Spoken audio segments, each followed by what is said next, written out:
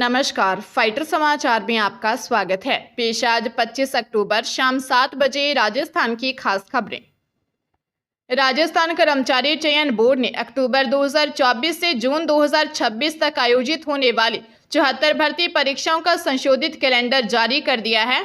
Board ने जारी किए संशोधित शेड्यूल में रिजल्ट की संभावित तारीख भी बताई है। यह बोर्ड की वेबसाइट पर जारी किया गया था। अध्यक्ष आलोक राज ने बताया कि भर्ती कैलेंडर में पशुधन सहायक, जमादार ग्रेड 2, लेखा सहायक संविदा और जूनियर टेक्निकल असिस्टेंट भर्ती को शामिल किया गया है। वह कंप्यूटर बेस्ड टेस्ट मोड पर आयोजित 2 भर्ती परीक्षाओं को OMR मोड में कराने का फैसला किया है।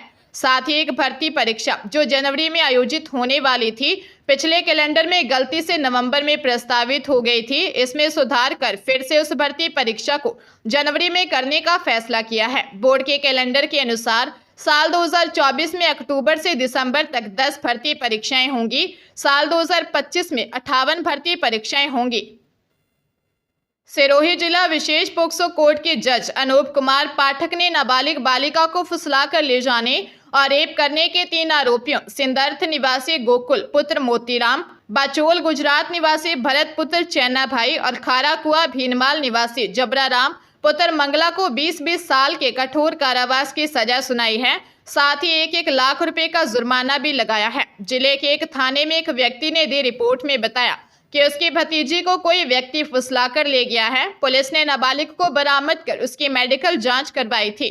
पीड़िता ने बताया कि आरोपी ने उससे कहा था कि उसके परिवार पर तंत्र मंत्र किया है, इलाज करने के साथ ही शादी का दबाव डाला। मना करने पर माता पिता को मारने की धमकी दी। इसके बाद पीड़िता से रेप किया। पुलिस ने आरोपियों को गिरफ्तार कर कोर्ट में चालान पेश किया। बूंदी जिले के करीबी आवा गांव में एक ही परिवार के 5 दिन में मां बेटे समेत 3 जनों की मौत हो गई। अब घर पर मृतक चंद्र प्रकाश का बुजुर्ग पिता पुजारी राम लक्ष्मण है, जिसकी रो रो कर आंखें भी पथरा गई हैं। मृतक के 2 बच्चियां और 1 साल का बेटा है। मृतक के बड़े भाई की 3 साल पहले मौत हो गई थी। दोनों भाई माताजी का भंडारा लगाते थे। आवा निवासी 23 वर्षीय चंद्र प्रकाश पाराशर के 5 दिन पहले ताई कौमेरी देवी का निधन हो गया था। वह अस्थियां विसर्जित करने कार से जीजा, मां, बेटियों के साथ हरिद्वार जा रहा था। इस दौरान रुड़की में कार टेम्पो से टकरा गई। हादसे में चंद्र प्रकाश की मौत हो गई। इसकी मां मुन्नी देवी, आवा निवासी चालक मुकेश सोनी, चंद्र प्रकाश के जीजा, बहन, दोनों बच्चियां घायल हो गई। ग्रामीणों ने चंद्र प्रकाश के शव का संस्कार कर दिया। वे संस्कार कर घर लौटे ही थे कि अस्पताल में भर्ती चंद्र प्रकाश की मां मुन्नी देवी ने भी दम तोड़ दिया। एक ही दिन में मां बेटे का अंतिम संस्कार कर गांव में हर किसी की आंखें नम हो गई। टोंक जिले में सीनियर सेकेंडरी स्कूल के मैदान पर बीजेपी प्रत्याशी राजेंद्र गुर्जर की नामांकन सभा में सीएम भजनलाल ने कहा कि बीजेपी ने 4 लाख नौकरियां देने का वादा किया है। इसकी संख्या और बढ़ाई जाएगी ताकि ज्यादा युवाओं को रोजगार मिल सके। कांग्रेस लूट और झूठ की पार्टी है, भ्रष्टाचार की जननी है। कांग्रेस पार्टी में कथनी और करनी में काफी अंतर है, जबकि भाजपा पार्टी जो कहती है वह करके दिखाती है। विधानसभा चुनाव में भाजपा ने जो संकल्प पत्र जारी किया था, उसमें से 50% कार्य 10 महीने में पूरे कर दिए हैं। उन्होंने कहा कि पेपर लीक में युवाओं की आंखों में जिन्होंने आंसू लाने का काम किया है, उनको भाजपा सरकार छोड़ेगी नहीं। अब इसके मगरमच्छ भी पकड़े जाएंगे। उन्होंने कहा कि देश में प्रधानमंत्री नरेंद्र मोदी ने 21,000 घुमंतु लोगों को पट्टा देने का काम किया है। ERCP में सबसे ज्यादा फायदा टोंक, दौसा जिले के किसानों को मिलने वाला है। जल्द इसका शिलान्यास करेंगे। बाड़मेर जिले में स्कूल की पूर्व छात्रा ने सोशल मीडिया के जरिए सरकारी टीचर को हनी ट्रैप में फंसा लिया।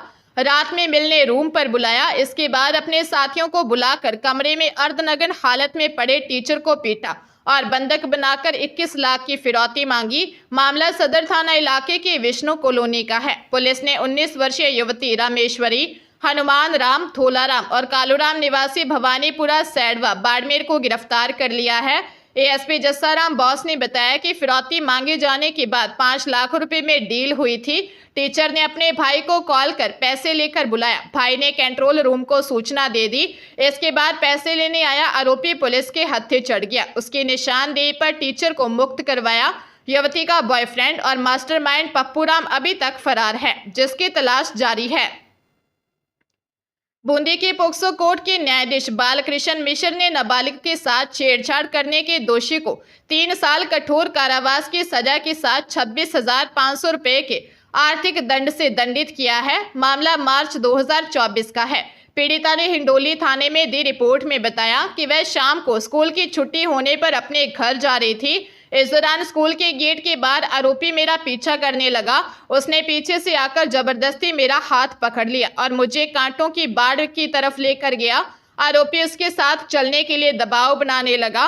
मना करने पर चाकू निकालकर धमकाया। चिल्लाने पर हमारे स्कूल से शिक्षक दौड़कर आए और उन्होंने मुझे बचाया। पुलिस ने मुकदमा दर्ज कर जांच के बाद आरोपी के विरुद्ध न्यायालय में आरोप पत्र पेश किया। सीकर जिले के नीमका थाना में 19 दिन के बेटे को उसकी मां ने ही मार डाला।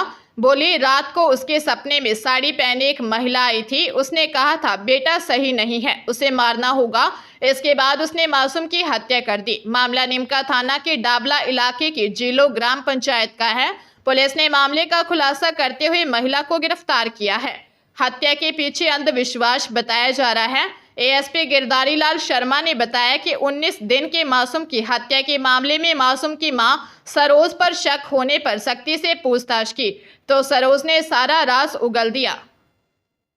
राजस्थान हाईकोर्ट ने प्रदेश में नदियों, झीलों, जल निकायों पर अतिक्रमण व अवैध निर्माण को गंभीर मानते हुए कहा है कि इसके चलते ही पानी की कमी हुई है और भविष्य की आगामी पीढ़ियों का अस्तित्व भी खतरे में है। हमारे पूर्वजों ने नदियों में पानी देखा था और हम नलों में और बोतलों में पानी देख रहे हैं। यदि हालात ऐसे रहे और हमने इसे रोकने का प्रयास नहीं किया तो आगामी पीढ़ी को पानी कैप्सूल में देखने को मिलेगा।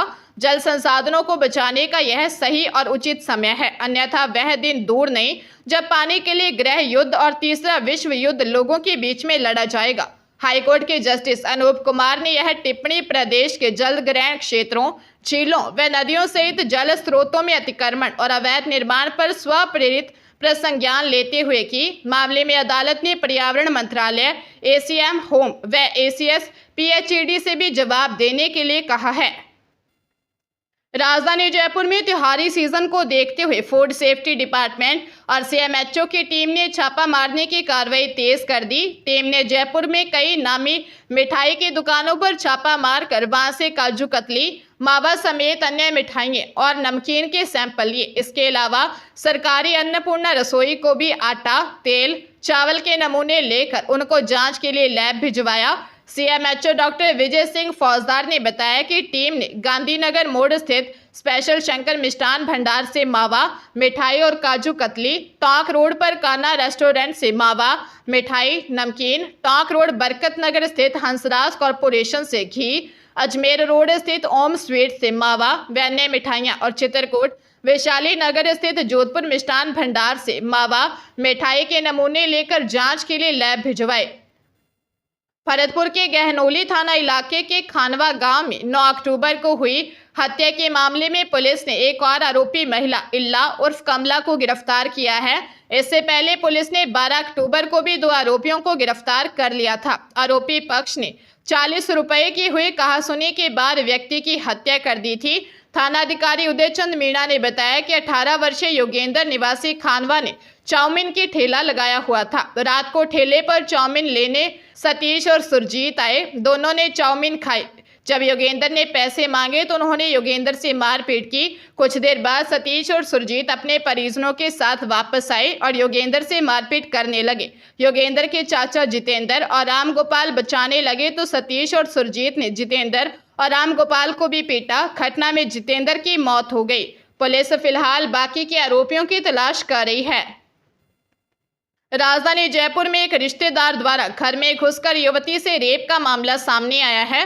विरोध करने पर आरोपी रिश्तेदार ने जान से मरवाने की धमकी दी। मदद मांगने पर मकान मालिक ने भी उसके साथ रेप किया। जयसिंहपुरा खोर थाने में युवती ने दी रिपोर्ट में बताया कि वह किराए के मकान में रहती है। 13 अक्टूबर की रात वह घर में अकेली थी। आरोपी रिश्तेदार शराब के नशे में घर आया। घर में घुसकर आरोपी रिश्तेदार ने जबरन रेप किया। विरोध करने पर जान से मरवाने की धमकी देकर डराकर रेप किया। जाते समय धमकाया। कि अगर तूने किसी को बताया तो तुझे जान से मरवा दूंगा। अगले दिन मकान मालिक को घटना के बारे में बताकर मदद मांगी। 14 अक्टूबर की रात को आरोपी मकान मालिक ने भी डरा धमकाकर उसके साथ रेप किया। डरी सहमी पीड़िता ने जैसे तैसे हिम्मत कर थाने पहुंची।